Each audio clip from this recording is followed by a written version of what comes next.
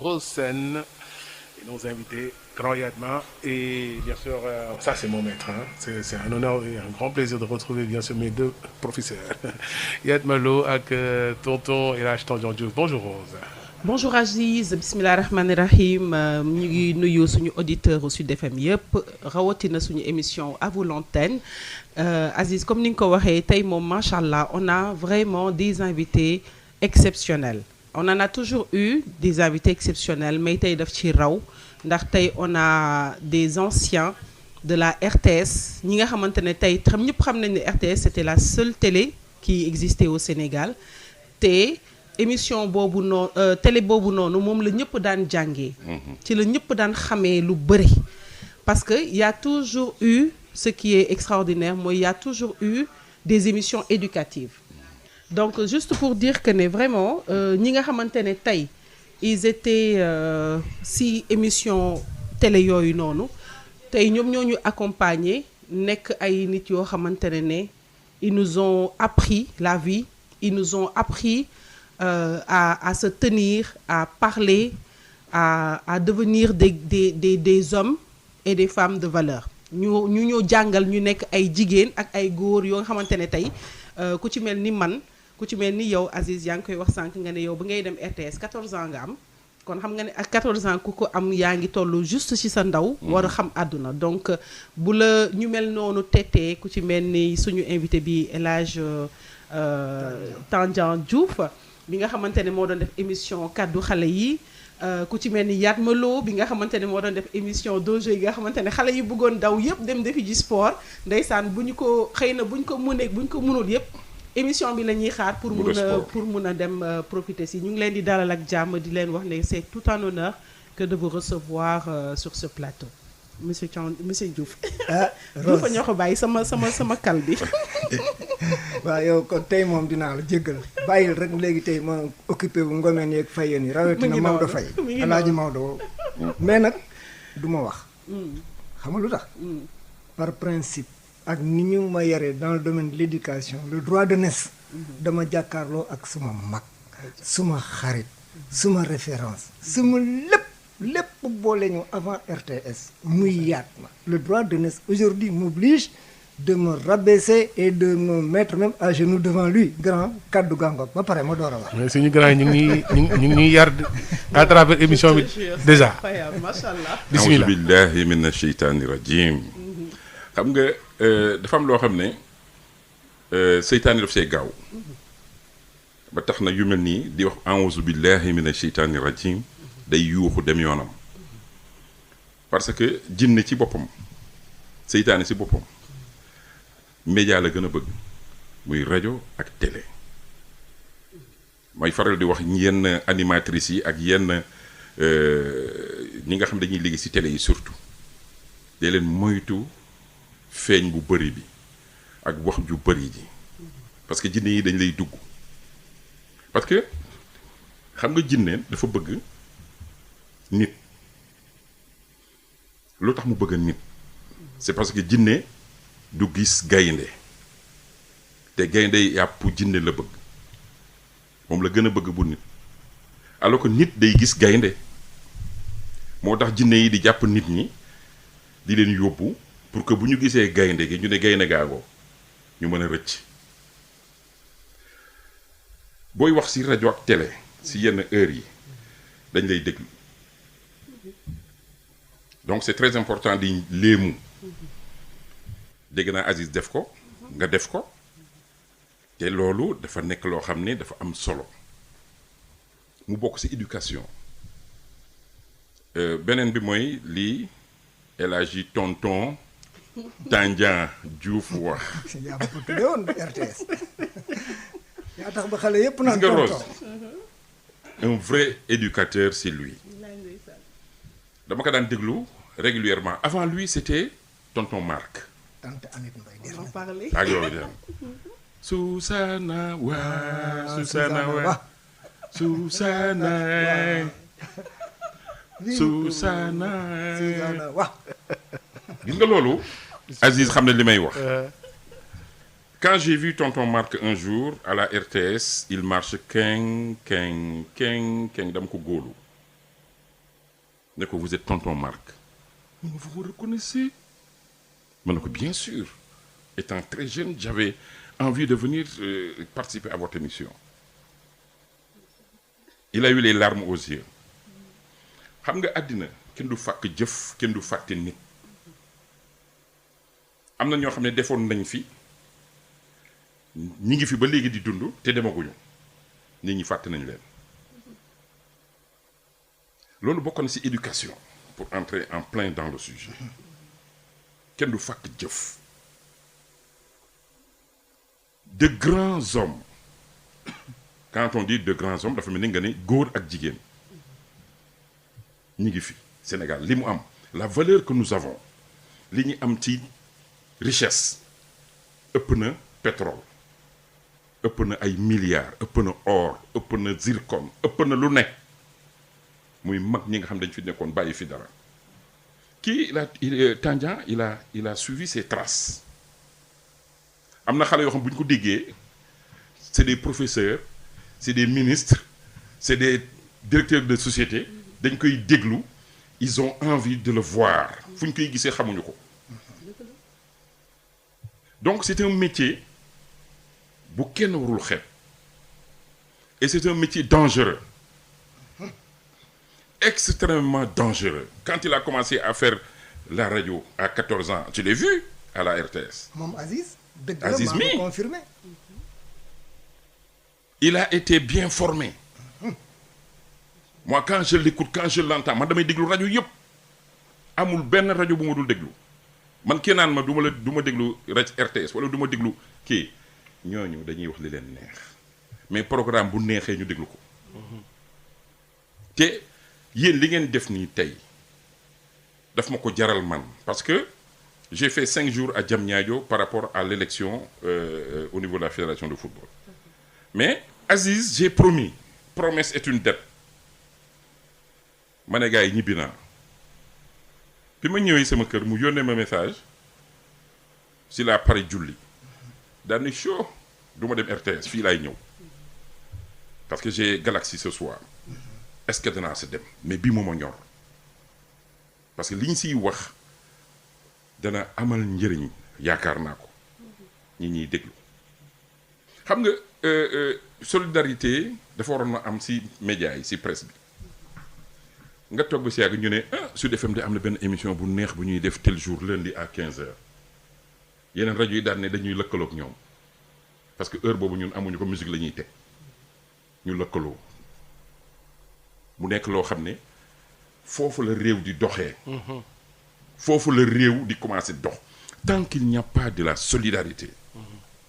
dañuy jël ndaare. ma gis ni Rose a des soucis je n'ai pas besoin d'aller voir Aziz damay ñëw si Rose régler problème dem sama yoon. gis nga je vais être long hein, excusez-moi. c'est normal c'est très looloo ñu fi taaj. il faut entrer taaj. gis nga laal problème bi fan la. pourquoi je parle de solidarité lu ñaar mën ñetti ko dàq. benn bantu bale mën nga ko damm mais jëlal bale bi nga ne da ngay damm bale bi doo ko damm. si temps wu yonent bi alayhi salaatu wassalaam un jour rek yonent yàlla Moussa dafa xëy rek ñu ne ko yàlla révélé ko ne ko dinaa wàccee ay malheur si àddina bi si yéen mais dama lay wax ñetti malheur la yoo xam ne il faut ngeen jël si benn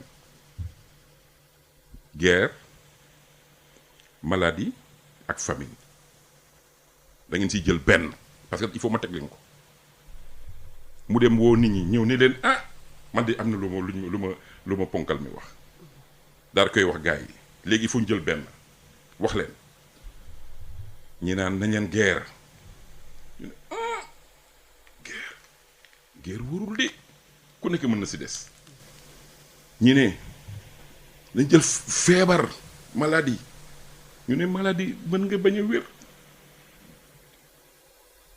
ñu ne bon kon nañ leen jël famine ñëpp dinañ dund mais on va placer une stratégie ñu ne naka ñu ne Aziz bu amee saaku ceeb da koy xaaj en 10 parts yow nga am dëwlin nga xaaj ko en 10 parts kii am yàpp ñu xaaj ko en 10 parts ñu séddale ko mais dans cette forme de solidarité dañ ko def discrètement kenn bañ a feeñ kenn xamul ni moo dimbali kële wala maa dimbali kële ñu ne ni ñu koy defee ñu ne kon nañ leen defar ay trou ci suñu mur suñu kër yi nañ leen ko bënn kër yëpp nañ ko bënn donc ki nga xam ne day jël li muy dimbali mbuus mi def ci yàpp def ci ceeb def ci lujum ñëw sërëxal kee def ko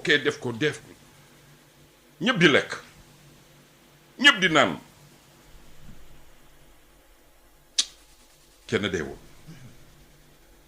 ñu ne waaw mais yéen famille bi comment fi mu nekk nii mais ñu toog ay diir gars yi demaat si saa yi ne ko mais gain ñun kenn deewul lu xew mu laaj yàlla ne ko dama leen gratifier parce que vous étiez solidaire l'esprit de solidarité moo tax ma def ko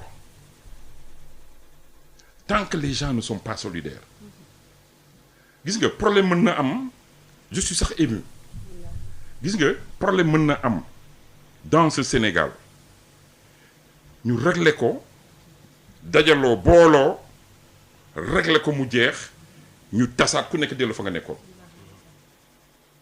mais soo ko seetloo c'est chacun pour soi Dieu pour tous maa ngi xool kii poste bi mu yore naka laay def ba jëlee ko fa ma dem seeti sëriñ maa ngi seet kii oto bi muy dawal nga jiiñ ko sàcc daf ko sàcc maa ngi seet kële nga ne day jaay drogue xamuloo ko mosoo ko dégg mosoo ko gis mais romb na la ak oto bu rafet nga ne jaaykatu drogue la yaa ngi bàkkaar boo xam ne yow mal xiyam yàlla da lay caw te sunu borom xam nga nu muy def dana la dóor ci àddina ba pare soog la dóor àllaaxira il faut nga am gis-gis ak dégg-dégg dóor bi mu lay dóor fii dana la indil ay difficulté ay jafe-jafe ca fa nga nekk ba yow nga naan man quel est mon problème fekk dara da nga gis Rose mu taxaw nga ne non Rose non dem seeti sëriñ bi ne la man mën naa la defal lii mel ni mooy yàlla sëriñ si duñu yàlla dañuy ñaan yàlla lu tee yow nga ñaan yàlla direct ñaanal yàlla direct parce que dafa am ay chartes c'est des étapes ci kii bi lay daaneel mooy ci solidarité bi nga doon wax mu bëgg a laajte ne est-ce que c'est la solution à l'éducation actuellement qui est en échec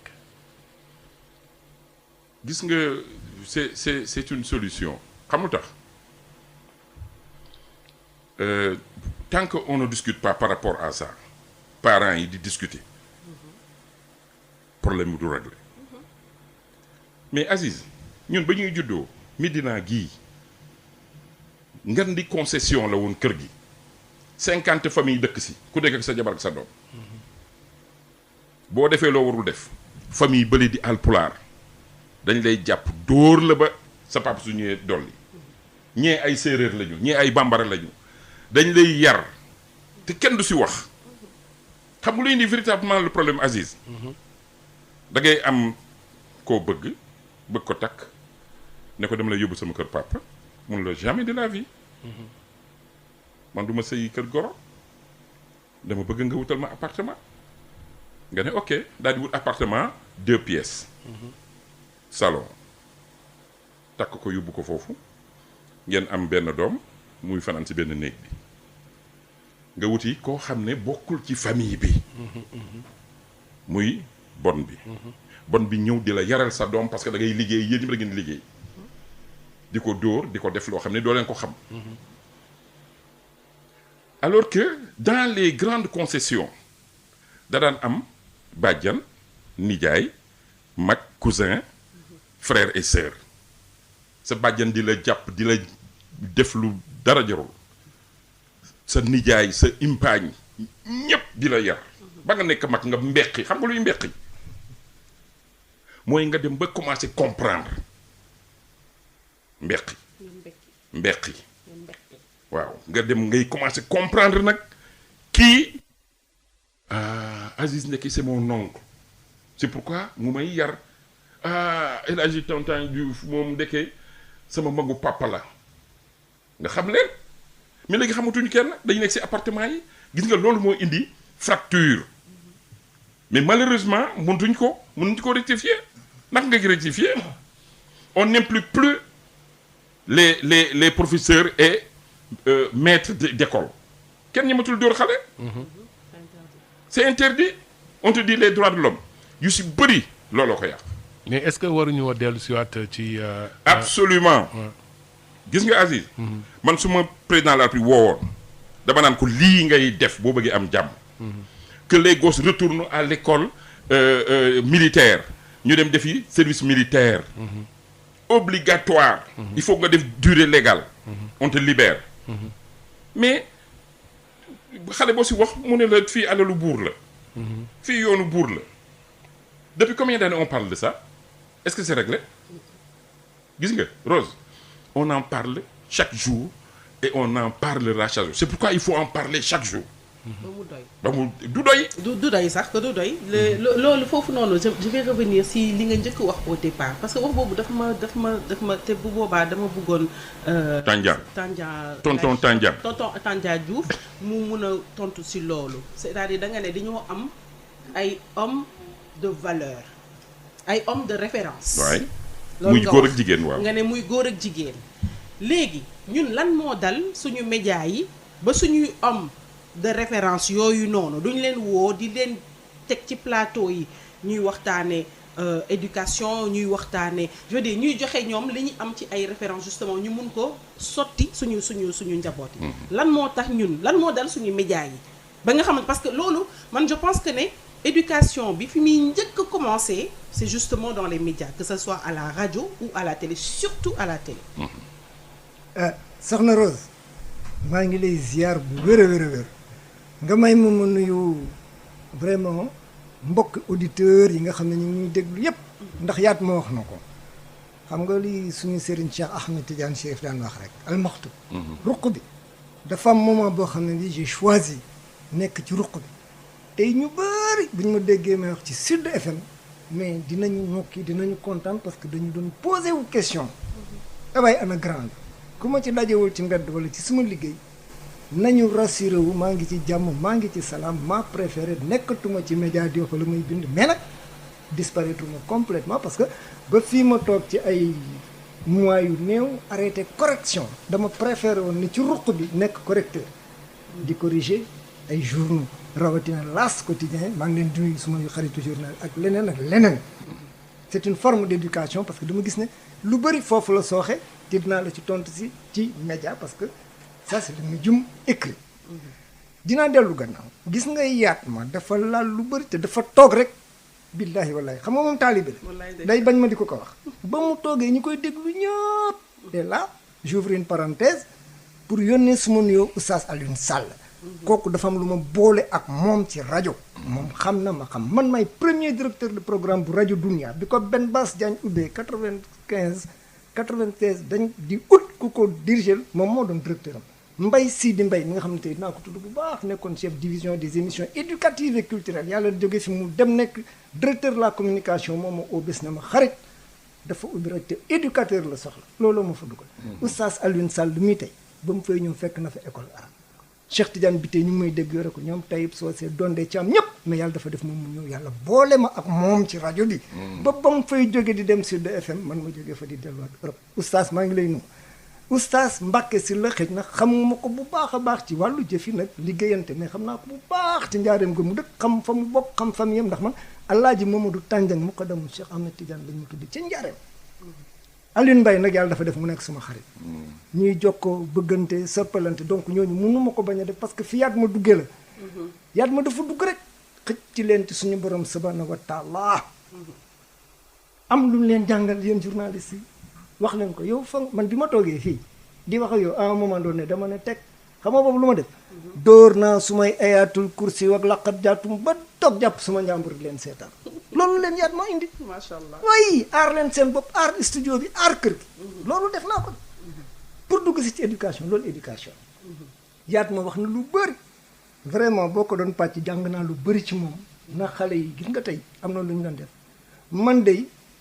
du ma xëccoog magistrat ba la mu jàng ci droit du ma xëccoog juriste chirurgien ba na muy opérer banquier ba la mu yore ca banque am leneen ak leneen du ma ko xëccoo mukk ak ñoom parce que loolu la ñu jàng spécialisé wu ji waaye nag sama baay daf mu daan wax parce que man dama la ne Rose man ci classe laa juddoo doomu jàngalekat laa jàngale dans l'élémentaire dans le moyen dans le secondaire di former dans le supérieur uti ay diplôme je suis titulaire d'une maîtrise en sciences de l'éducation doora defi communication sociale suma domaine la suma spécialité néew ma day maîtriser naa lépp waaye nag xale ma ciy dëkk de waaye mba nga may daan ci rajo laa toog di wax te j'assume tout ce que je vais dire parce que Sud FM laa nekk sama kër fii laa naan Baye Oumar sama xarit sama rak maa ngi lay ziar parce que xam naa ni fi mu toog kontaan na trop yàgg na ma koo ñaan ma ñëw wax maa ko def xam nga Rose pour parler de l'éducation dinañ ko firi nit ñi rek dañu ne yar déedéet éducation ñaari pàcc éducation et instruction mais dañ ko boole mu ëmb ñu ne l'éducation éducation boo ko tasee mooy yar instruction mooy joxe xam-xam kii yar donc ñaar ñooñu la war a téye gis nga ni ngay dawale fas téye arne bi ñaar bi boo xëccee si mu dem gauche boo demee mu dem droit loolu éducation éducation et instruction di yar pour defar nit ki war a nekk ci société bi ëllëg moom mooy yari ba pare nag di ko sol xam-xam naka nga koy sole xam-xam pédagogie boobu mooy dégg Oustaz Alioune Sall loolu mooy éducation ñan ñoo war a yar les leviers d'éducation foofu la ngeen Aziz dama lay njëkk a taakale ne la éducation Sénégal mosul am échec mosul am échec ça dépend fa nga taxaw ak la nga gis ngay wax ñan ñoo war a yar avant l'école française di ñëw mag ñaa ngi foon kër ma wër la benn te nag naa leen joxe ay anecdote de parce que dama ciy dem dafa am ay référence boo déggaan ñu naan ayoo ne tuuti looy jooy bindal na ma téere bu jëm Saalum ñaari néeg la ñetteel ba da waañ wa ah xam nga buñ ne Saalum man Saalum laa nag yaa ngi may dégg Saalum ñaari néeg la ñetteel ba di waañ parce que ceddo yi fa newoon mooy benn néeg bi les buur Saalum ma ci bokk naa ci ni njuufee ni tout ça ñaareelu néeg ba mooy sëriñ si Saalum foofu fépp daara la sëriñ su mag si ngay gis ti tey ñu leen di tudd au Sénégal ñëpp maa ko wax ci rajo laa toog di ko wax ku ci juddoowul Saalum jaar nga fa ñu nampatal la nga jub muy tout le monde Cheikh Ahmadou Bamba mi nga xam ne tey référence la ci réew meeg ñëpp mais soxna Mariam yaayam soxna Mariama Bousso fu mu ne du Porokhane fu mu ne dans le cœur du Saloum à 3 kilomètres de Nioro lu ko fa yóbbu ak leneen Cissé yi nangam Dramé Cissé Kandji këru di ne donc loolu mooy ñaareelu néegu Saloum premier néeg bi mooy ceddo yi deuxième néeg bi mooy daara yi Saloum fépp daara troisième néeg bi ñetteel ba di waañ la Saloum lépp mbéy la gerte dugub nangam maanaam loolu yëpp dafa mooy lekk tey tëjal naa la lool ku mel ni Massamba Gueye docteur maa ngi koy nuyu suma xarit parce que ñun dañu am groupe ñoom Serigne Mor Mbaye docteur Massamba yow xam nga ci dara yaat ma ñu tàggat ñu ci loolu ñan ñooy éduquer laa la wax dafa amoon mag ñi avant la maison xam nga loolu biir kër la mbedd mi école française ñëw il y a l'école les maîtres lël ba daara ji armée bi voilà les différents points yi war a yare yaat ma tudd na ko fu échappé éducation ci kër duma ci dellu si ëtt yooyu muy wax boo demee Yoff Cambérène yàlla nag daf maa may dama la ne man dama def une maîtrise en sciences d'éducation loolu ci wàllu njàngum tubaab ak yëpp tooguma fii pour wane sama bopp waaye dinaa wane sama bopp ndax ci éducation ngeen ma jam te ku ma fa fëgg nee naa la man ci classe laa juddoo li mbër mi naan moom xaalisu làmb lañ ko ngénte man xaalisu laa créé ak monsieur moi lañ ma ngénte c'est clair ba pare ma juddoo ci classe sama baay moo mos a nekk moo unique référence dans la vie ak ñi ma yar muy samay maître ak samay sëriñ ak samay taali kon nag tey dinaa sawar tontu leen ci li ngeen laaj mais tonton oui Aziz man lu tax ma ne échec éducation bi c'est parce que léegi ban éducation voilà moom laay wax ñëpp a ngi jooy ne ci biir kër yi parents yi dañu am problème pour yar seen doom ci école bi aussi tamit xale yi ñu ngi def naka su dul noonu léegi ñu ngi door professeurs yi léegi ñu ngi dem ba université sax di ci door foofu professeurs yi tamit tu vois donc te loolu gis ñu ko woon bu njëkk ba donc xam nga donc am na benn éducation am na fu mu échoué. que ci que ce soit ci école bi mu échoué Abdou que ce Aziz soit à la maison. mais yaat ma wax na ko. fu ndox daan taa saa yoo demee fekk fa tépp moo tax mu indi leen këru ëtt yi papa moo daan sanc kër indi soxna dugal fa sëram ñëw di bàjjan frère am góor ñëw di nijaay wala ñu nekk ay rakku papa grand frère petit frère kër gi am hiérarchie ku ci nekk am nga loo daan def papa yelloowul ci kër gi mu gis lépp day gis lépp noppi jàpp njàmburam parce que xam na am na levier yu koy def suñu yaay yi ñoom ñëpp ci seen loxo bàjjan lañ jaar mu jàngal la naka ngay tooge naka nga koy waxee nag boo gisee baax na ngay def jàngal la na ngay toggee nangam ak nangam ba keroog am yaat ma loo jógee fee gis la ñu may la bu njëkk sax dañu daan choisir loolu duñ la choisir mooy mbeqi mais ci ñun saalum ràññee lañ koy wax discernement tubaab di wax discernement loolu mooy éducation deuxièmement li nga wax Abdou Aziz donc këru yar moom mosul fose yaru kër mosul fose boo génnee ci kër gi nag mbedd maa ngi lay xaar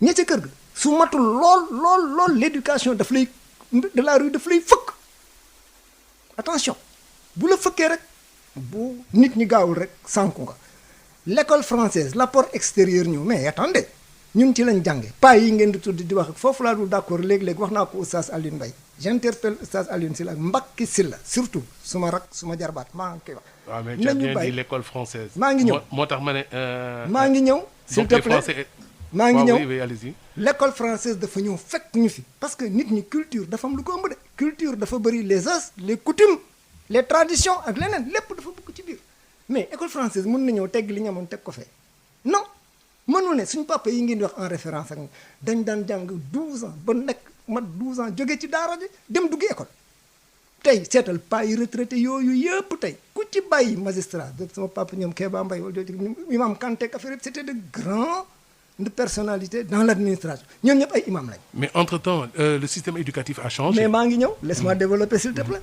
moi je parle pas de système. boobu liñ na wolof njaay naan boo wàccee sa ànd boo jëm jublu fekk fa borom dañu amoon suñu propre culture nu ñu war a defee. on nous a appris ici enracinement et ouverture. enracinement ouvert li nga moom sa racine na dëgër këcc say bànqaas bu tëbee autarcie culturelle mënoo tëj sa bopp foog nga gis apport culturel yi jóge extérieur naka nga ciy jëlee li la mën a jëriñ li nga ci mënut a jëlee nga sànni ko xalab ko fële. Abdou Aziz foofu lay daaneele ba nga posé waat beneen question école française ñaar la ñu mos a jàngal bien ak mal comme ni ñu ko jàngal bien ak mal ku def lu baax am bien ku def lu mal mais qu'est-ce qu'on nous a appris à l'école la morale machin tout tu parles de système peut-être maintenant da ngay wax léegi am na fu am rupture yaat ma wax na ko la rupture foofu la ñu war a seete c'est ça le problème de l'éducation Aziz bala ñoo dugg ci xale parce que kan mooy yar ku war a yar kan la ñu war a yar il y a les parents il y a l'école il y a l'enfant à éduquer ak ñoom dañuy roy di xool l'environnement foofu lay daanee ci rose parce que médium door a ñëw les médias c'est quoi c'est la radio c'est la télé est-ce que la radio elle s'allume toute seule est-ce que la télé elle s'allume toute seule ku ko indi ci kër gi papa yaay machin man def naa 17 ans en Europe différents stages bokk ci ay groupe d'éducation lu toll ni CISV Children International sama village tubaab bu jëndee télé teg ci këram am na heure bu ko xale bi seetaan am na loo xam ne xale ba du ko xool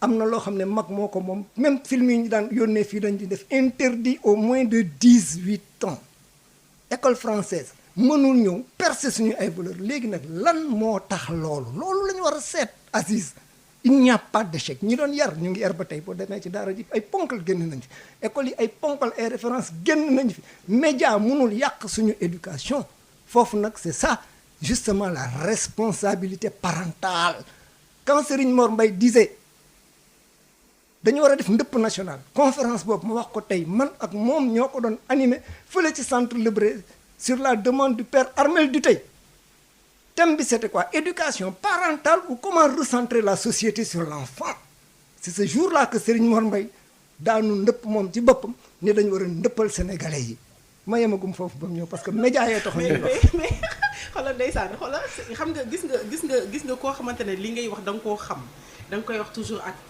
passion bu débordante noonu loolu mooy da nga koy wax ak mbégte waaw loolu foofu laa bëgg a wax. parce que ci rajo laa toog te tey bëgguma ku ma jam xam nga lu tax bu may ñëw di wax dama sóoraale Baye Umar suma xarit xam ma un grand éducateur bi ngeen di def seen kii bi fële ca John Kennedy Aziz xam na li ma wax daf maa ne ma tey Sud def nañ transport def nañ un dossier sur tel éducation la ñuy def yow laa bëgg nga ñëw ne maître de cérémonie parce que dama xam moom Baye Umar mais seetal ma boobu confiance tey bu ma invité ci kër may wax Sénégal gépp di ma dégg samay nit ak ñëpp sóoraale naa Ndeye Mariam Ndiaye rédactrice en chef ma ñëw sama jarbaat la Abdou Aziz mii fu muy wax dafa naan moo maître yaat ma mii ban leen si mag sama xam ma di samay doom di ma déglu samay morom di ma déglu samay jàngalekat di ma déglu dinaa wax loo xam ne lii vraiment bu ma génnee fii duñ ma xeeb wallaay ndeysaan donc waaw Rose excuse-moi oui vas-y oui non comme que tonton Tandian nee na éducation bi échoué wul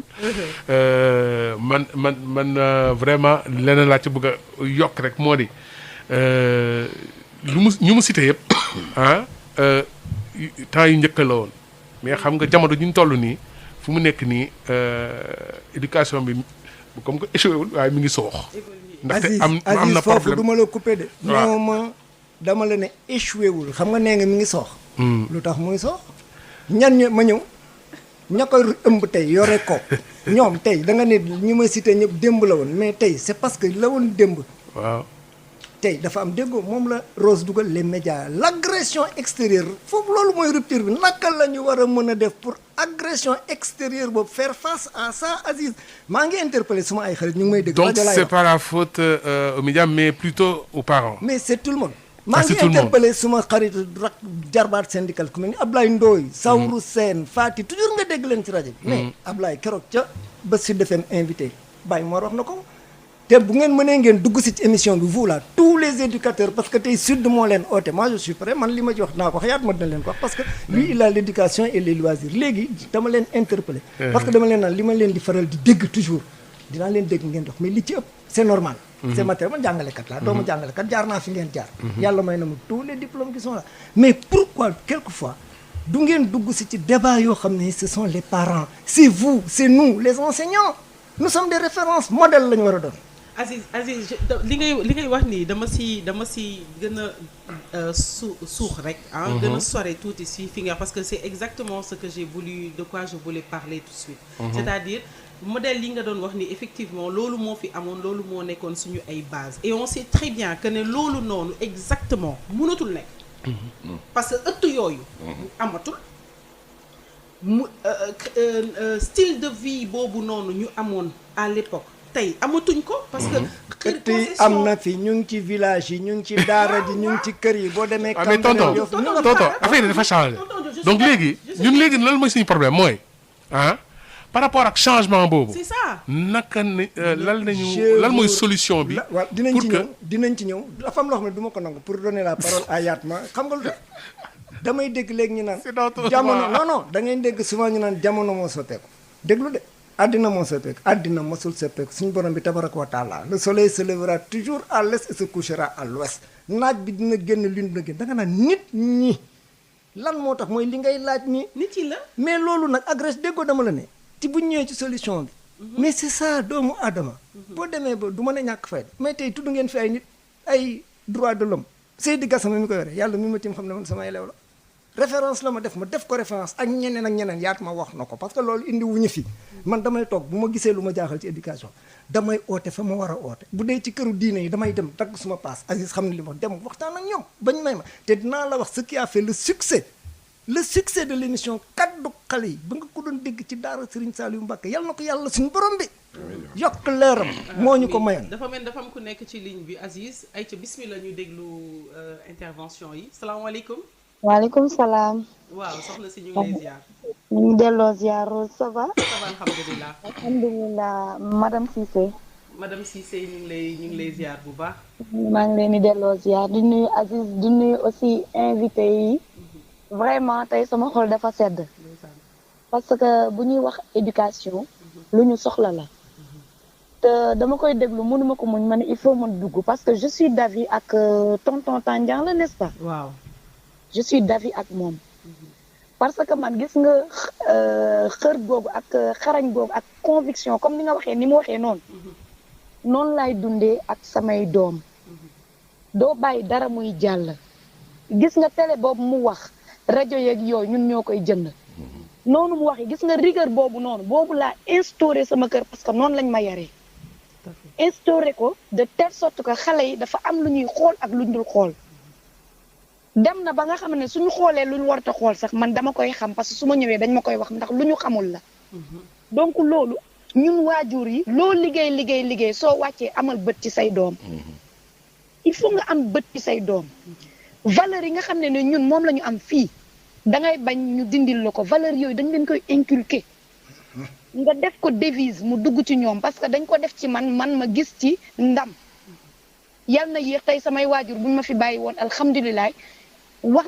nañ ma lépp wax nañ ma lépp yar nañ ma te fii lañ ma yaree Dakar laa juddoo fii lañ ma yaree donc dafa doon valeur yoo xamante ne amul école tubaab bi amul dara gis nga boo ko jëlee nga inculquer ko say doom le fait que portable ñu leen koy jox ñi am yenn liberté déedéet yooyu yëpp da nga leen ci topp waruñ ci démissionner ci suñuy njaboot moo tax su may toog di gis benn jeune bu tolloog man di may naan sama doom daf ma të damay tiit parce que damay naan demagul fenn pour war ko të man du ma nangu di wax sama doom daf ma të du ma ko nangu mukk doom daf ma të du ma ko nangu parce que sama yaay loolu la daan wax du ngeen ma të ba keroog ngeen di dugg ci néegu seytal noonu la amee mënta ne sax doom mënta te waajuram nga noonu nag donc ci loolu mooy yar bi rek yar bi dangay bañ ñu dugalal la leneen ci sa bopp doom yi yow tout le temps chaque guddi balaa ñoo tëdd bu ñu tëddee dama leen fekk foofu indi benn leçon de morale ci àdduna ñu waxtaan ci ñu jàpp ko ci seen bopp ma pare ma ne leen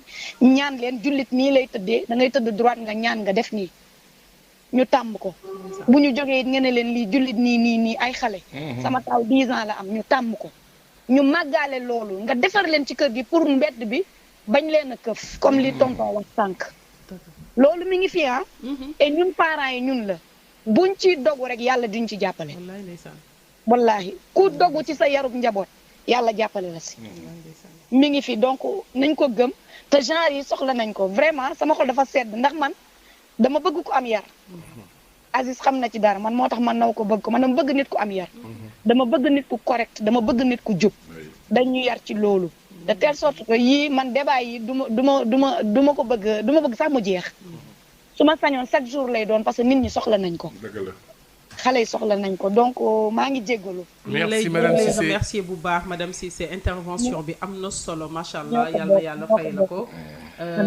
ñu ngi lay jaajëfal ci dugg bi itam gis nga fi li ma doon bëgg a wax léegi nii c'est vrai que am na loo xamante ne moo fi amoon mais malheureusement xam nga lu ma ci gën a jaaxal ci loolu tonton Yatma sérieusement ñi nga xamante ne ñoom ñoo am éducation yooyu noonu les bonnes valeurs là ñu tette leen ci sa bàjjen sa nijaay ñëpp nekk di la jox éducation ak yu demee noonu tey ñooñu noonu ñoom ñoo nekk di def di éduquer d'une autre manière leurs propres enfants ñu jël ku nekk ci ligne bi salaamaaleykum. waaleykum salaam. waaw bismillah. ça c'est Rose ma Rose. waaw. tonton Ada. rek yaa ko wax de. mais gën nañ déggante nañ la wallaay. waaw da xam nga di xaw a sori tuuti yenn saa yi rek. ndeysaan baa yaa ngi si jàmm maa ngi leen di ziar bu baax. alhamdulilah ñu ngi lay delloo ziar génn ngeen thème boo xam ne bii doy na war di si avancé du yomb de. waaw parce que dafa am ñaari concept yoo xam ne dañu disparaître dans la société. le concept du ëtt. xam nga maa ngi dégg professeur sànq mu naan concession yi daan dem ba ay 60 familles. mais dafa amoon ëtt bu ñuy daje. boo génnee ëtt ba nag dañ lay yóbbu ca penc ma. mais loolu kenn sañatu ko. sa ëtt amatul penc amatul koo ko yóbbu léegi tribunal lañ xam wala feneen. mais et maintenant et encore le tribunal de l'État pas de l'État sax mais. le tribunal tout court. waa tout court. mooy assemblée nationale léegi dañ koy xeex. dëgg la absolument te bu ñu génnee ne nii laa ko defoon ak nii laa ko defoon mais loolu nan ngay yore sa kër. comme. donc c'est la promotion de la violence quoi. voilà c'est même pas la promotion mais c'est l'expansion de la violence. c'est dafa doy waar. c'est ça léegi daal xam nga lan moo fi des ñu tënku ci diine ak bu mu mën a doon. que ça soit le chrétien que ça soit le musulman. ñu tënku ci diine. am tuuti civisme au moins jàngal xale yi lu ñuy sol jàngal leen lu ñuy wax soog a mën a avancer. mais tant que mënuñu ko commencer ci xale yi ñun ñu ci kaw mënuñu nekk seen référence mais fan lañ jëm foo jëm tubaab yi ngay toppatoo. wallaahi. je me rends compte que léegi jaar naa ci benn lycée xaw ma hier ou avant-hier des enfants qui allaient à un examen mais ñu ngi sol ay jeans déchirés. et puis professeur bàyyi leen ñu dugg ci école mais boo ñëwee ci tu n'entres pas dans l'établissement. man wallaay. ñemewuñu ko woon de. ah man de maa ko gis. man de ñun suñu jamono ñemewuñu ko woon. ñun da nga daan sol culotte mu am ceinture da nga koy brailler. waaw amul lii amul lële manuloo ko tu rentres chez toi. wala nga sol sabadoor bu normal sol sa carax dem jàngi. mais léegi n'importe quoi la xale yi jàngi n'importe quoi. et ils mettent 3 sacs un sac à droite à gauche et sur le dos.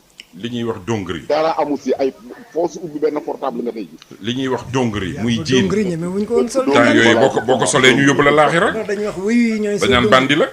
waaw mais c'est extraordinaire ah. en tout cas maa ngi leen di gërëm di leen ñaanal si émission bi. amiin yu mel nii nag nay am di amaat. d'accord incha allah peut-être dina jariñ bu ñu jariñul ñun en ce moment la génération à venir dina leen jariñ quoi. mais ce qui se passe là c'est terrible ah. wallaay c'est terrible. mais nos dirigeants doivent revoir leur copie aussi. c'est ça. Serigne Ada balay Rose di dellu si ak Aziz yaat moom mooy jël parole parce que man dama la naw ci li nga wax. xam nga ngi ni non déglu ma yeggali. yow yaa woote waaw jërëjëf kon nag ñu ci rajo lañ ne moo tax nag gis nga bi ma naan Rose. damay assumer li may wax parce que ñi may déglu tey yëpp bugguma wax génn ñu xeeb ma parce que su ma domaine laay wax nee naa du ma ko coog médecin ba keneen ak keneen mais lii may wax ñii toog di ko def sama domaine la ma jàng ko juddu ci mën ko ñu ngénte ma xaalisu laakare waaw yaa ngi may dégg kon nag lu ma ci góobee vraiment dama la ne xale ma ciy dëkk waaye maga ma ciy daan gis nga li nga wax référence nga indi ay modèle Rose dinaa la dellu si pourquoi il y a cette rupture pas yooyu ñooñu jàngoon bàyyi nañ ko fi de dafa am malheureusement la rupture générationnelle te foofu yaat ma foofu laa lay interpeller bala ngaa dugg si waaw ñu bàyyi tonton Ada daaneel. mu ngi ci ligne bi wala dem na. Je crois il est parti. non dem na sànq comprendre naa daf ma bëggoon a cuq. waaw tonton Yatma loo wax si loolu loo wax si rupture générationnelle bi comme. xam nga wax naa ko sànq si bi may wax naa ko ci biir mën a dafa am rupture cassure. boo xam ne Tandian wax na ko. te loolu li mu wax dëgg la fa nekkoon mi ngi fa yow wax nga ko. man sama yaay génn àddina sama papa génn àddina. mais dama leen a ragal ba léegi. parce que dama naan lu ma def ni may gis. exactement. lañ ma doon tere. merci Aziz. lañ ma doon tere. ba léegi damay tiit ñemewu ma ko def. su ma demee di ziar armelia damay ñëw ma ne maa ngi jéggalu de damay wax ak ñoom. ah papa yaay maa ngi jéggalu de. toog naa une semaine ñëwuma fii lii ak lii la su may tukki damay dem ma ne maa ngi tukki. su ma ñëwee ne dellu si naa beneen bi mooy waxoon naa ko semaine passée ou je ne sais pas. ma ne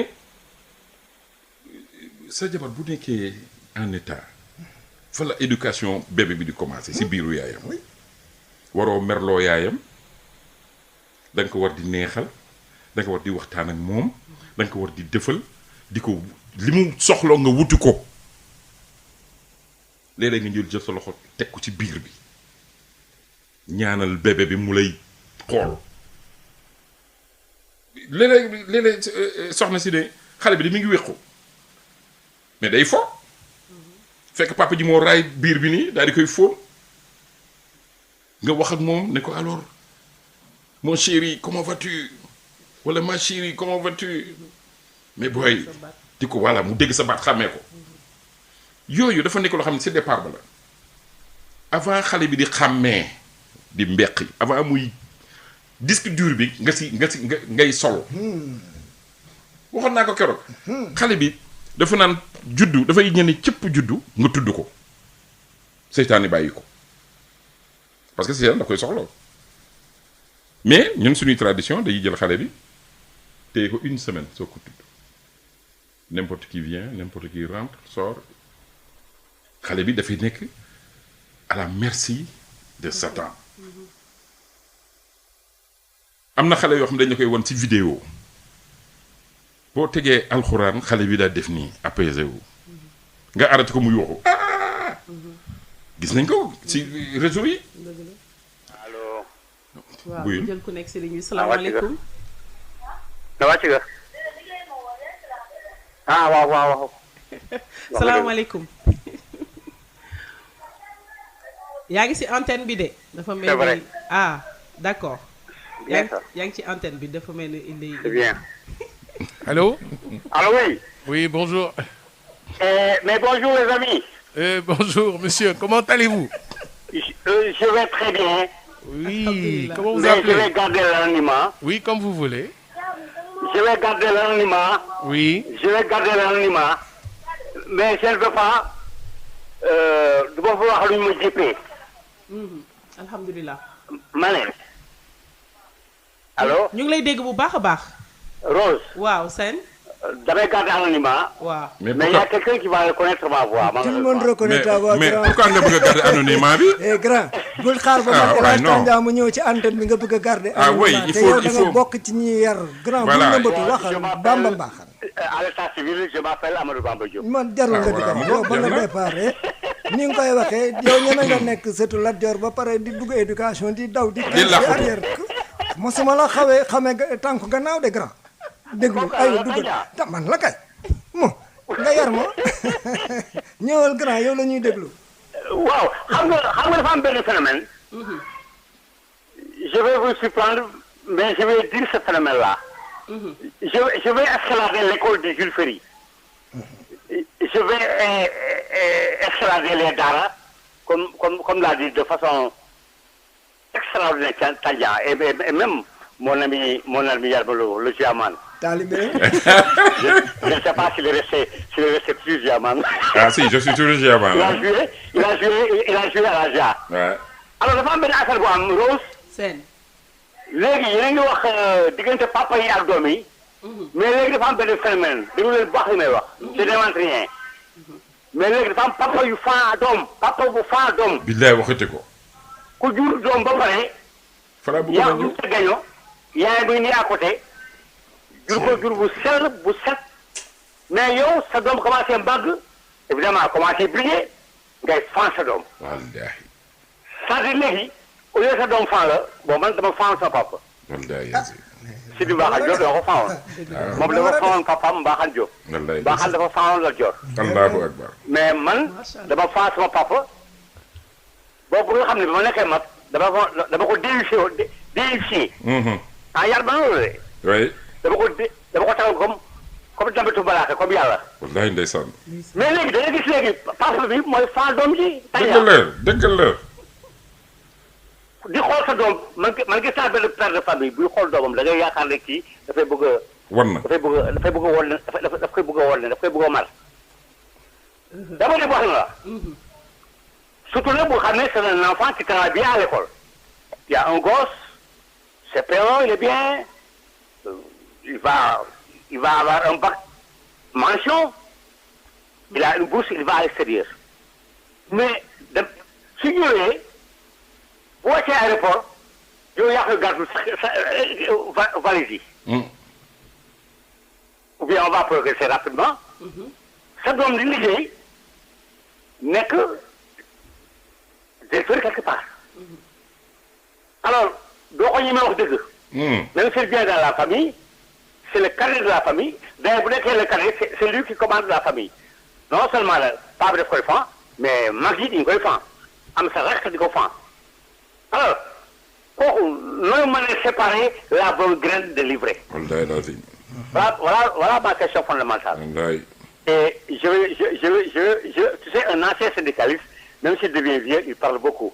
Alors je vais me taire cette fois-ci pour laisser les autres, pour laisser d'abord vous intervenir dans ce que j'ai dit, et d'autres peut-être s'ils veulent téléphoner, ñu wax ndax li ma wax am na wala damay inventé purement et simplement. mais grand frère nga wax am na solo dama balaa ñuy dugg ñu dugal sa numéro de téléphone nga bàyyi ko ci Aziz s'il te plaît. tonton Diop moomu seen émission à vous l'antenne ànd see ak Aziz Coulibaly ak man mii Rose Sène ñu ngi ànd également ak suñu ay invité macha allah sensei Yatma Lo ak El Hadj Tandian Diouf suñu mag ji suñu papa ji bismillahi rahmaani rahim salaamaaleykum.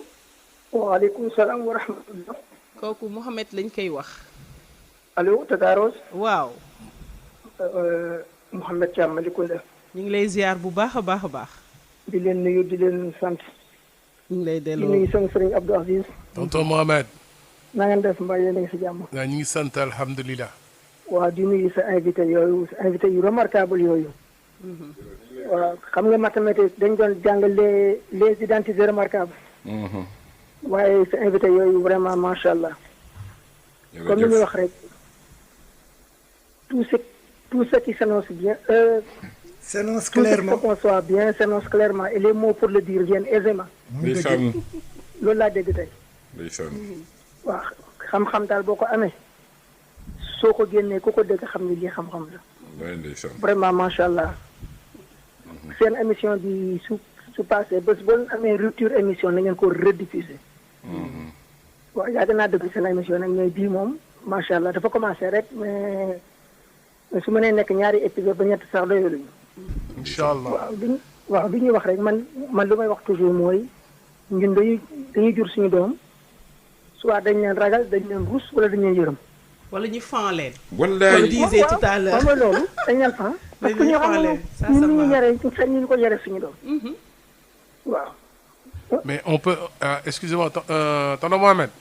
waaw. mais on peut bon man nu ma koy formuler phrase bi c'est-à-dire on peut être fier de son enfant mais tout en bien sûr.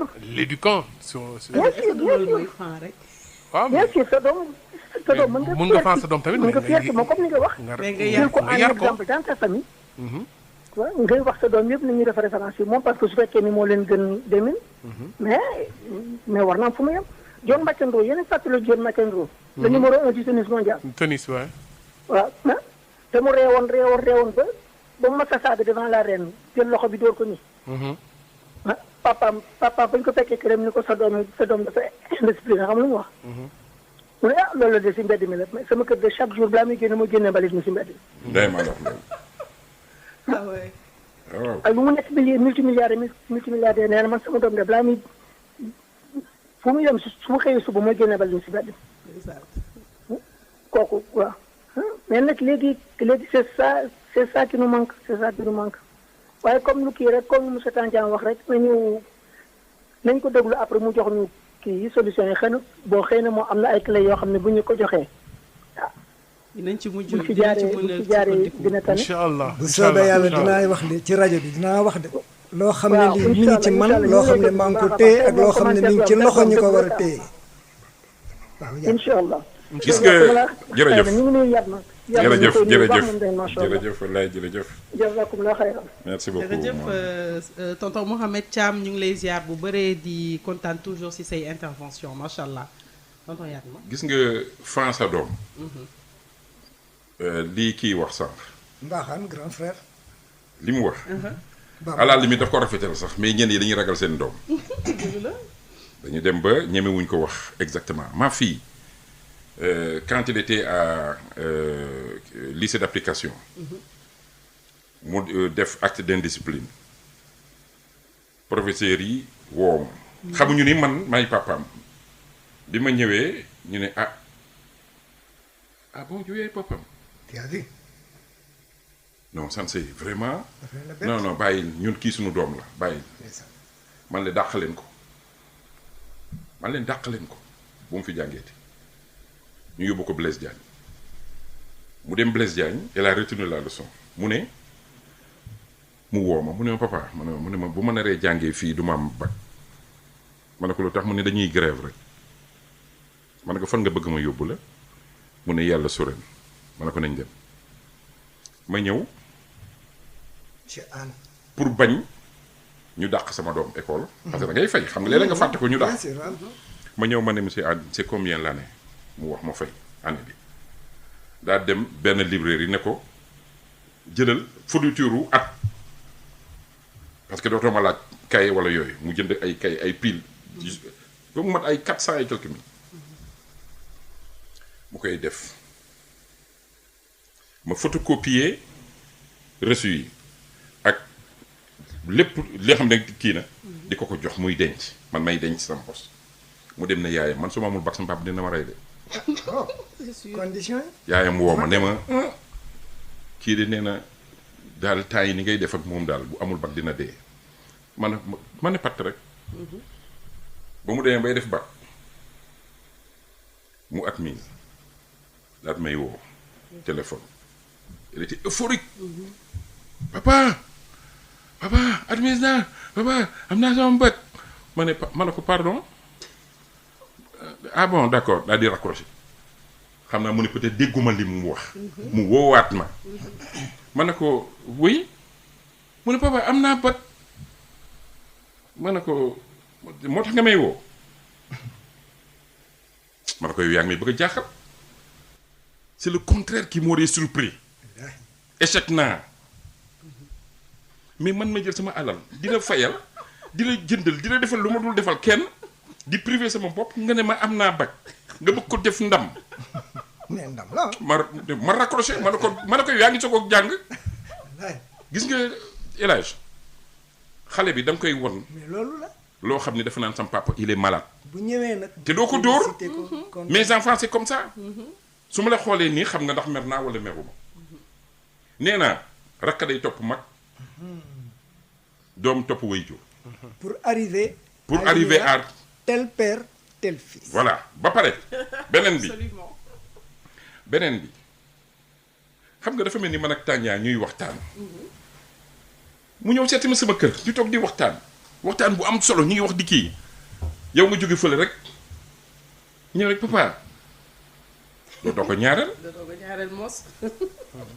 loolu dafa nekk ci mag ñi da ngay waxtaan Tania Aziz ñuy waxtaan yow nga jékki-jékki rek ci benn sujet comme éducation on parle d'éducation rek nga daan ne waaye yéen match démb bi seetaanu leen ko yow yaa c'est de l'incorrection manque d'éducation la. tonton wax na ko léegi nee na ku yaru boo màggee yaru boo màggee yaru parce que nit ñaa ngi waxtaan benn sujet yow intéressé wu la neel part mais boo demee ba bëgg jël sujet bi détourner leen ça veut dire que yow da nga yàpp ñi toog. gis nga yaat ma foofu lay rebondir. je reviens en arrière. da nga ne parce que Abdou Aziz moom dama ko ne man moom xam na ne man maay fan. non dama lay jox mais après nga delloo ma. waaw d'accord Abdou Aziz moom xam nga ne man maay fan si club am numéro 1 parce que yàlla dafa def ñu seq ko. mu def ma ci conseiller. xanaa kon man maay numéro 2. yow yaay numéro 2 yaay sama mag may numéro 2. d'accord kon léegi man maay numéro 1 wu Rose. gis nga. billaahi wallaahi gis nga xale bi. wax naa ko Rose mënuma toog ci antenne bi dama ko rendre hommage. oui. xam nga nit bu la toogee du ma ne moo la ëppale woo ko dara. gën la nekk taali bi gën la lépp buñ la defee ba ne ma tonton man dama la def référence ndax ca RTS leneen ak leneen yow xam nga ci dara. oui nii am na loo xam ne mënuma koo ñàkk bañ a wax ci rajo bi. Aïcha c'est pur hasard. oui li tax référence baax Aziz daf ma siggil man. xam nga nee naa la nekkuma fi pour individualiser dafa am loo xam ne éducation dafa baax. da nga koy wax parce que ça peut servir. wax ku def lu baax. dañ koy wax man nag maa mel noonu man est-ce que yaat ma mosuma xulu mosuma xeex yaru naa te yow xam nga dara jàng naa je suis arts martiaux yëpp def naa ko. judo karaté Omar Dangalou mag Cheikh Omar Tall. dëgg la football def lu ne. sama papa mosul dóor doomam man mosuma dóor duma doom te bala ñu fay jógee naa leen wax lu tax. ensuite Abdou Aziz mi yàlla daf ma booleeg moom ci lépp. tey il a un programme d'éducation média bii nga xam ne tey Rose mu ngi koy dénoncer di ko wax maa ngi lay waatal na la Aziz yor na loo xam ne tey pourtant mu ngi dem fu ne pour ñu jàppale ko ci. la tax ma wax ko je ne fais de publicité lu ma kenn parce que dafa am lu tax. il se bat pour l'éducation lu ma la wax yow dama la ne Aziz est un très grand éducateur. mais malheureusement nañ dem ba ci kanam damaa toog mu oo ma téléphone bi nit moo ma oo de Paris laa la wax dinaa ko wax Aziz nga baal ma ne ma dama am suma doom suma xarit sama jarbaat am loo xam ne daf koy liggéey dans l'éducation te dafa mel ni Sénégal fulaaluñu ko faydaaluñu ko ñu ciy waxtaan ne ma ndax xamoo kooku ne ma nee naa Aziz am naa suma benn xarit bu tudd El Hadj Tandian Diouf déggul de yaat na loolu la ko ci yàlla xibaar ak machin Aziz dafa tigg te kooku xamul ne maag Aziz comme mburoog nuñ koy waxee la ba mu waxee loolu ba pare mu woo ma kooka ca Paris ne ma dama am suma doom boo xam ne bii dafa def lii def la waxuma ko dara Aziz dama ko bett maa ko au téléphone mu ne ma mais tonton c'est moi qui devais t'appeler mais imagine-toi kako oo ca Paris naan ko ci domaine de l'éducation am naa Sénégal ku tudd nangam te xamuloon ne man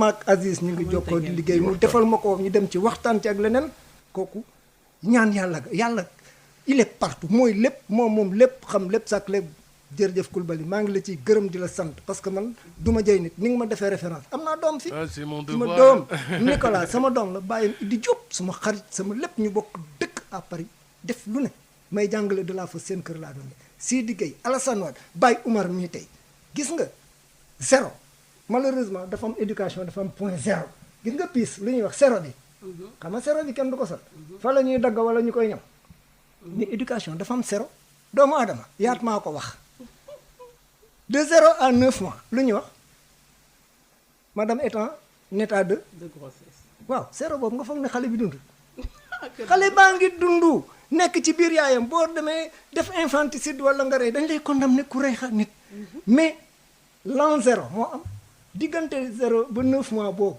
mais xale bi mi ngi ci biir xale la mais bu yaay ji wasinee ba mu ne tëll génn nag mais dañ naan xale baa ngi mais li jiitu loolu mooy zéro bi ci piis éducation dafa am zéro doomu aadama door a ñëw dellool yat ma nag non delloo naa ko jëlal yat waaw li muy wax c'est important parce que toujours dañ siy jëlee dara c'est très important gis nga soxna soosu génn sànq am na koo xam ne mi ngi fii si yéen fii lay liggéeyee mën naa tudd muy madame Diouf Marie Parsi que je connais très bien parce que doomam maa koy jàngal karaté mais ni muy éduquer doom ji ak li doom ji di daj mburu du ko daj ci biir fuur safara dafay à longueur de journée mi ngi si moom léeg-léeg day ñëw dojo ba sax may wax doom ji di ko rectifier rek mu jóg bëgg a intervenir ma ne ko toog pour dire simplement que ba tey affaire boobu ba léegi mi ngi si nit ñi ngi fi de ñu ngi si appartement yi mais am na ñoo xam ne ba léegi seeni doom dañ leen di yar du ñu d'accord ak ñoom si dara. mais léegi comment aider la masse. moo tax voilà. loolu moo ci la bëgg ñëw Aziz. parce que li nga wax cette solution avant que émission bi di jeex ñu jël ku nekk si ligne bi. juste avant salaamaaleykum. aleykum salaam. waa kay bismillah. Adja Rose ñu ngi lay ziar. ñu ngi lay delloo ziar bu baax. di kontaan si émission bi macha allah. alhamdulilah. di gërëm sa invité yi quoi. merci beaucoup. man dama gis ne vraiment émission bi am na solo trop. ñu ngi leen di ñaanal vraiment bu baax a baax. mais crise de valeur moo am.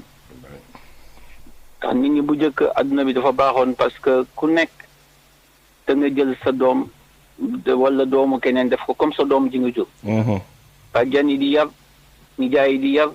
tante yi di yar mag ñi di yar dëkkandoo yi di yar. léegi nag bopp sa bopp la. foofu la adduna bi tàmbalee yàqu. te ku nekk et puis li tax Occident gën ñu sonal. mooy dañu fexe dem ba nit si ñun li ñuy tuddee manque de confiance. kenn si ñun amatul confiance ci sa beneen mbokk. di sa morom tiital ñu quoi. wallaahi. ba nit su nit ñëwee sa kër sax da ngay yàkkamte mu dem parce que da ngay jàpp ne tem mu def fa ay fenge-menge. c'est que tel n'est pas le cas. am na ñoo xam ne olof nee na fu ndox doon taa boo fa demee ba léegi fekk fa ay tepp-tepp. nit ñi ba léegi am na ñu baax. nit ñi am na ñu am ay valeurs yu baax.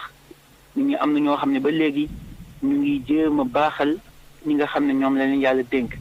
dégg naa yaat ma li mu wax léegi ci doomam. man damay jox sama doom xaalis pour ne ko demal nga fay école ñu naan ma li wóorul ma ne leen non dafa am lu mu koy jàngal. wallaahi. mu koy jox xaalisam payam li mu war a fay. scolarité ne ko demal nga fay nga indi ma reçu. ñoo ma yaayam naan ma lii wóorul ma ne ko wóorul na parce que dafa am lu mu koy jàngal. manque de confiance baaxul. noonu laay def ak sama doom mooy fay. parce que boo amul confiance ci sa doom ci kan ngay am confiance. jamais kenn. à partir de là nga koy commencé jàngal mu xam fi muy jëm lan la di nga dem yàgg nga jox ko ne ko demal nga jënd ceeb nga xool ndax li nga ko sant loolu lay def. demal nga def lii demal nga def laa mais léegi ñun dañu bugg bàyyi xale yi choyer leen def leen ay lu kenn xamul lu ñu bëgg nga nekk ci te yow li nga bëgg ñoom duñ ko sax seet. balaa nga koy xam nga màggat xoolal kër yi am ay màggat ñëpp. dañuy xëy rek dee. kenn du xam sax lu leen rey. wallaahi wallaahi. moo tax ma jàpp ne baax na waat ñu dellu si waat olof nag dafa ne ku dem boo xam ba xamatoo foo jëm. nee nañu da ngay dellu fa nga jóge woon. yaakaar naa ne jot na quand même ñu seetaat lépp. jàngalekat yi ñu ngi leen discriminé di wax si ñoom lu nekk. sëriñ daara yi wax nañ ci ñoom lu nekk. imaam yi wax nañ ci ñoom lu nekk. mais yooyu yëpp c'était pour yàq li nga xam ne moom mooy confiance bi amoon entre les gens. jàpp ne nag jot na quand même ñu dellusiwaat pour mun a teguwaat ci raay bi. mais sinon dañuy gën a maam rek. te loolu du jëm fu baax te gis ngeen li mu commencé jur. gis ngeen ko gis ngeen crise bi mu commencé indi.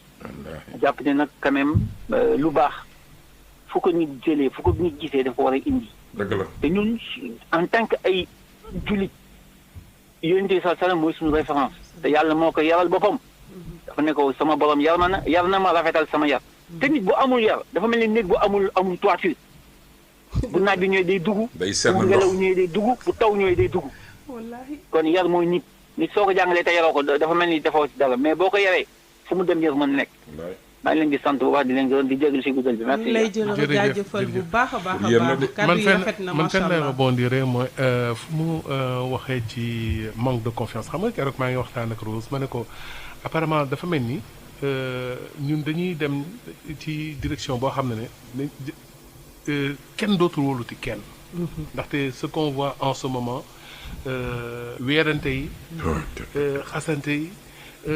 ñi nga gën a wóolu sax ñu la gën a jege sax dem di la enregistré wala di la filmer wala nit booy waxtaan ak moom téléphone mi ngi lay enregistré après di la weer et tout cela mais loolu yëpp lan moo ko indi yaat ma jëlal buzz ah bon man maa ko jëkk a wax c'est du mensonge fen la fen man maa ko jëkk a fen le prophète alayhi salaatu wa salaam ba mu nekkee Arafat son dernier sermon dafa ne bàyyi leen colporter attention éviter de colporter bàyyi leen di nettali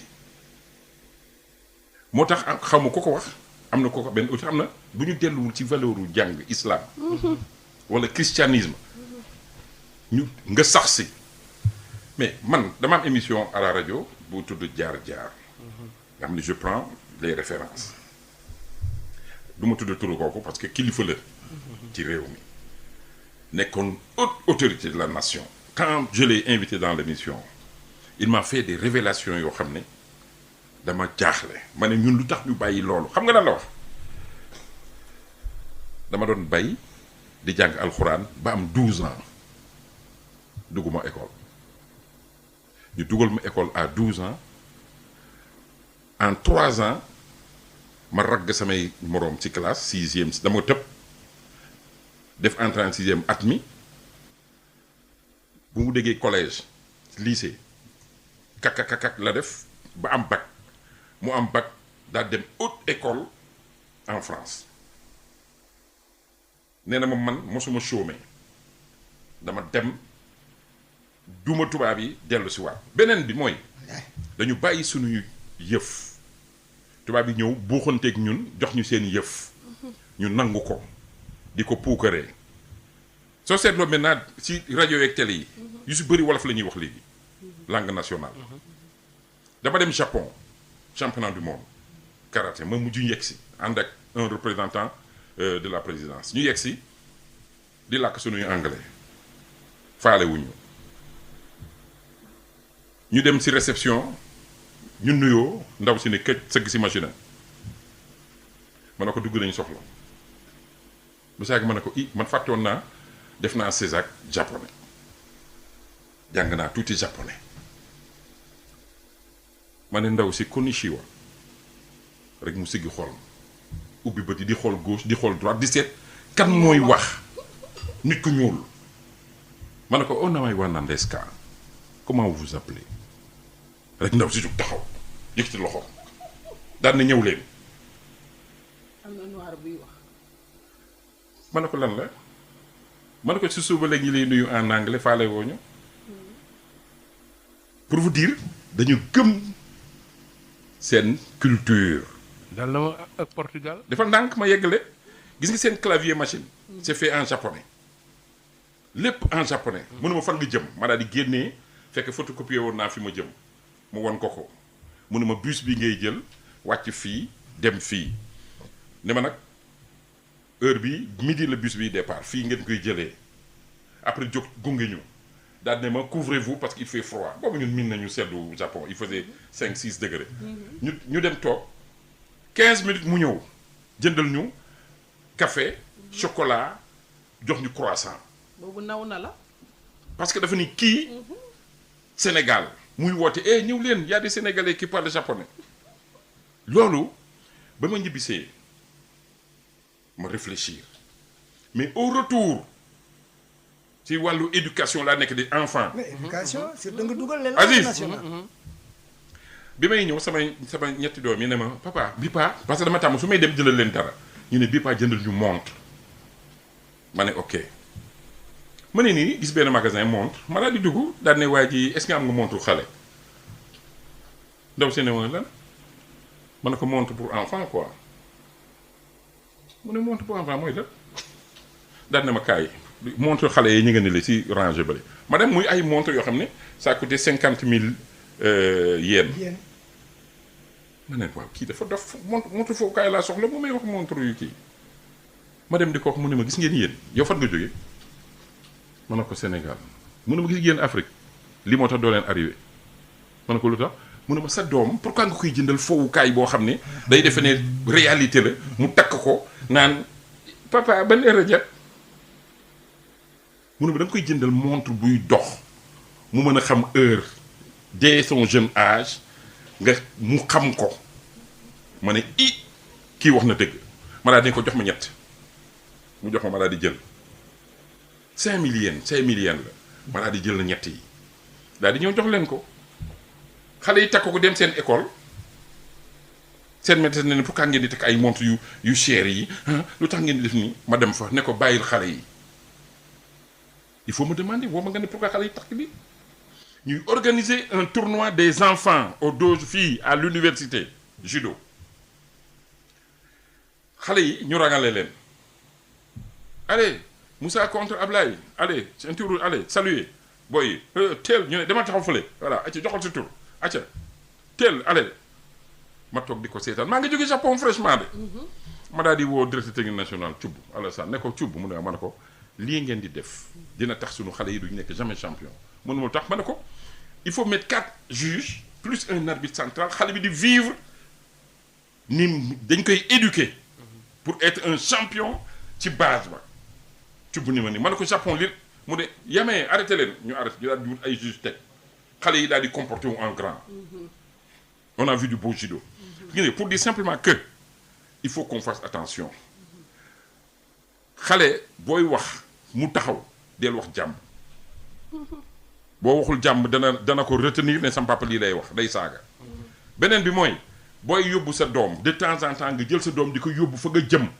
maa ngi dem kër Tandian dama koy yóbbaale mu xam ni kii baayam la bu ñu ñibbee dina papa tonton Mbaye il est bien de bu beneen ne bu ko gisee dana ko respecté tout à fait mais bu dee da ngay dem foo xam ne defoo fa jàmm doo yóbbu sa doom donc mag ñi ñoo war a changer de manière drastique ci xale yi nag ngay ñëw kër jàmm di jël xaalis di ko may xale bi papa nga yaayam toog mënu jël xaalis bi jox ko ne ko pour xale yi jëndal leen bonbon mag ñi noonu lañ daan def xam nga fan ngay jox xale xaalis tonton Tandian ñëw sama kër ma daan ne sama doom am joxal tonton 5000 francs yi xale bi jël daal ñëw tonton xale bi day xam teraanga donc c'est simple loolu tax man naw ku mel ni colonel Momar Gueye non kooku dafa ne ci moom laa dégg mu ne bala nga naan gëm sa bopp da ngay xam sa bopp gis nga loolu l'oracle d'Apollon a Athènes loolu ça la daan répond wax à la transition nan la ñuy def pour trouver solution bi mooy loolu yaa ma dugal na ko wallaay ndeysaan l'oracle d'Apollon à Athènes xam nga lan la slogan bi connais-toi toi-même oui xamal sa bopp nga boo xamee xamal sa bopp wax ko rek di nga gëm sa bopp c'est tout mais boo gëmatul sa bopp foo jëm xam nga wolof Njaay dafa naan gis nga da ngay xam sa bopp boo xamul sa bopp ñu wax la sa bopp extrêmement important gis nga éducation comportement daf ci am parce que yow boo yaree xale nekk référence nee naa la man sama baay mooy sama référence unique laa la wax de gannaaw nag ñi nga xam ne jàpp mais xoolal photo bi ma ko jox xoolal photo bi ma ko jox Tandian gis naa yow moom gis nga maa ngi yow du tey nag sa kii papa sama papa moo taxaw ci ginnaaw sama maam man maa toog ci kawam dama laa fekk sa bureau nga wax ma ci lu bari damay ñëw dañuy jokkoo ma ak yow Oustaz Alioune Sall moo xam sama papa yaa ngi may dégg daf koy tudd fajar ju nekk buy tafsir sama papa moo doon bilaalu grande mosquée de Dieuppeul il a vécu 106 ans jàkk ji bañ koy defar baraak la woon mooy julli mooy nodd mooy jiite mooy def lépp jëppal bii booba kenn daawu fu julli parce que Sicap foofu la yemoon kenn daawu fa dem mu koy def di ko def bu benn bés sëñ Abdou ñëw fa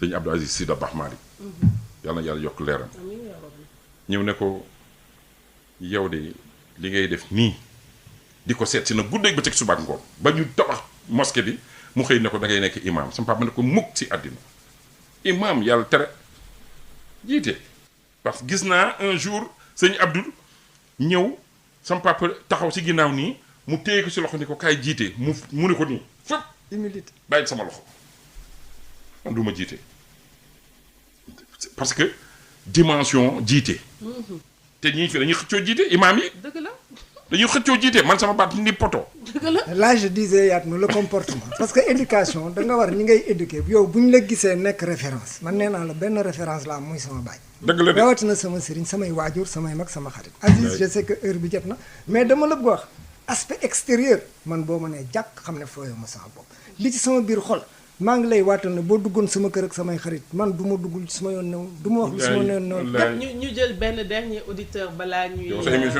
conclure émission bi dafa neex macha allah bismillah salaamaaleykum waaleykum salaam waaw soxna si ñu ngi lay ziar delloo na leen ziar bu baax alhamdulilah en fait je voulais juste participer à votre émission parce que li ngeen wax ci éducation dafa xaw ma jéggi dayo laa ko war a xaw ma yéen nag yéen a moom mag moom xale laa donc mais bon je tenais à participer sànq dama dégg tonton Yatma Lo muy wax affaire langue nationale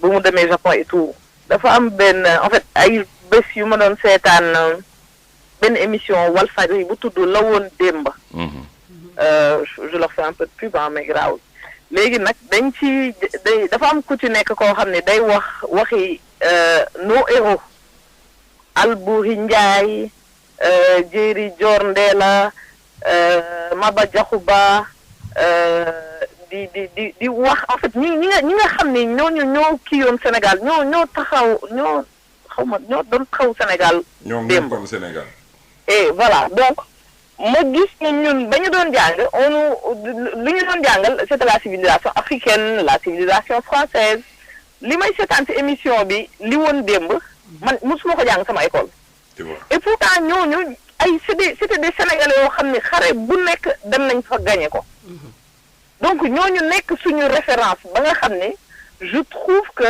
li ñu waroon jàngale ñun suñu école yi jàngale wuñ ko loolu noonu dafa waroon nekk li nga xam au lieu nga ñuy jàngal civilisation américaine civilisation française c'est bien beau de le faire parce que man mii France laa jàngee jot naa ci xam tuuti mais nga jàngal li nga xam ne ñun mooy suñu dëkk def mu nekk par exemple ay 70% 80% nga jël leneen parce que ñeneen ñi boo demee seen dëkk seen civilisation lañ lay jàngal. waaw duñ la jàngal Sénégal de.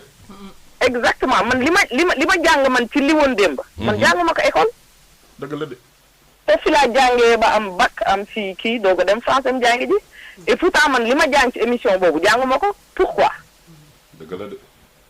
beneen affaire itam langue nationale yi dañuy wax ay temps nga dem si man par exemple j'ai eu la chance de dispenser des cours mais am na ñoo xam ne il faut imaginer supérieur c'était des masters c'était des licences supérieur nit ki da ngay dem ba il faut nga lakk ko olof pour mu mën a xam yow li ngay wax. dëgg la donc lakkin boobu traîné na ko depuis bi muy nekk xale. donc su nekkee ni la base par exemple dañ ci jàngale xale bi lii nii lañ koy waxee lii nii lañ koy waxee lii nii lañ koy waxee loolu bu koy commencé di ko jàngee noonu lakkin boobu du ko yóbbaale ba bu muy nekk dans le supérieur. Imaginez-vous un étudiant boo xam ne da ngay benn exemple que je donne tout le temps dama demander des kii ñu joxe ma benn exemple si emballage jetable wala dara mais étudiant laa lay wax bi en master casse à jeter la wax casse bi ñuy naanee mais est-ce que casse c'est du français. Casse à jeter. Casse à jeter. Les gobelets jetables là. mën nga ne verre à jeter wala sax tasse. mais si copie bi daf ma bindal casse à jeter. Ah bon? xam nga loolu doy na waar. tonton Yatma Lo man doomu Aminata Mbaye Lindor laa. ah. sama set nga. yow moom. laaj ma sa baay Yaali Njaay. yow doomu Yaali Njaay nga. doomu kii de sama papa la. maak sa magu yaay Maam Biram Mbay ñoo bokk benn CM2 1962 école Bongré Cité yow sa yaay. sama tante sa maam Amadou Lindor. ça fait plaisir hein. bon gis nga soxna si li nga wax man mën naa la tontu parce que déjà xam na si nga bokk. foofu la Yatma dugalee je sais pas ndax pareeguloo mais. yow sama sëñ non en fait pare naa loolu rek laa bëggoon a wax. léegi yow nag heureusement ñu ñëwaat si ñun suñuy héros. ñun ñëwoon démb. émission boobu man su ma sañoon dañ koy def si kii yëpp si rajo yëpp si télé yëpp et puis télé yi tamit am benn créneau boo xam ne dañ ciy jàngale ñu woon démb. wallaahi. parce que booy man mos naa seetaan benn histoire boo xam ne c'était Alboury Ndiaye c'était Lat Dior c'était Jéeri Jonder mais li ma ci xam ci émission bi xamuma ko woon sax ci man ni ma jàng école loolu normalul. c'est pas normal. ci li ma yaakaar boobu. wallaay ñu ngi lay remercier bu baax a baax. merci beaucoup de vous faire plein de gros bisous. solo merci beaucoup soxla nañu tout le temps nag ñi am intervention yu mel nii diversifiée de toutes les classes yu mun a am vraiment. il faudrait que tonton Tandian ak Yatma dellu si waat. non il faut ñu dellu si waat parce que émission bi non man Abdou Aziz yow xam yéen ngi def affaire yu triant non defuñ triant nañ leen ko may parce que nous sommes des xam nga fu mu ne nii temps bi jot na. waaw d'accord te waxuñu lépp quoi. voilà mais mënuñu wax lépp sax y a beaucoup am na yu bëri ñu absolument surtout sur le sport. on se donne rendez-vous quand alors. jeudi inchallah à 15h. inchallah bu ñu yàlla mayee fan mu gudd ñu teewee ko kenn du ma fi jiitu. nee naa la man fu ñuy wootee éducation maa nga fa. moi ça me ferait plaisir. parce que bon affaire éducation dafa ñor nit yi. waaw je suis d'accord. les Sénégalais et tout cela. waaw même tonton Ada mi ngi nii di ma rappeler waat te xanaa. kan ci tonton Ada. ah oui tonton Ada moom moo duggoon fa. xam nga Adi Wade li mu wax si yow. wax naa la ko. waaw ci éducation mais maa ngi nuyu nag Baye Omar Gueye quand même c'est mon jeune frère. Tout ce que je fais il le fait pour moi. waaw vraiment quelqu'un que j'écoute tous les dimanches. c'est un modèle. ah oui man day moom laay déglu tous les dimanches. DG bi non DG bi nag Aziz. xam naa ni heure bi jot na. Rose billaay wallaay mënul leen ma koo bañ. waaw xaaral jël tonton Ada parce que kii moom sama tonton la te mënu ma ko bañ a jël. waaw mais sama gars yi jërëjëf. jërëjëf yéen ñëpp nag jërëjëf. xam nga comme avait dit André Gide le rejet de ce qu'on ne choisit pas. mooy li am foofu. li ci génne yëpp dafa nekk wax ju rafet. lu rafet rek moo si génne. alhamdulilah de Rose en commençant par les invités aussi. que je salue. jusqu'à Abdoul Aziz. mais man dégguma fi et puis intervention yi aussi c'est de qualité. ça c'est des émissions à renouveler. Inch'Allah. Bon à un moment donné sax. tu veux pas intervenir tu veux écouter. pour apprendre. parce que di nga déglu loo xam ne lii foogoon nga ne yow yegg nga mais yeggoo fenn. parce que tey li ma dégg foofu ñu di ko wax. man foogoon naa ne jeexal naa lépp. mais je crois que je n'ai pas fait encore terminer mon alphabet. déggal da nga modeste rek. Rose fi mu daan ne lay jëlee dama doon wax ci Baye Omar Aziz nga may dafa mos a jox man suma ay journaliste leçon. te dinaa ko répéter ay journalistes am dégg ko. c'est un muy nekkee rajo oui. et c'est une fierté pour nous. non attends pour tout le monde. bi ma nekkee 7 FM j'étais le responsable des éditions du journal di présenter journal lu Fajar midi ça dépend quelquefois. Baye Omar ñu ànd génn réew fii dem defi benn reportage dégg leen li ma leen di wax. ñëppay jël ak d'autres journalistes.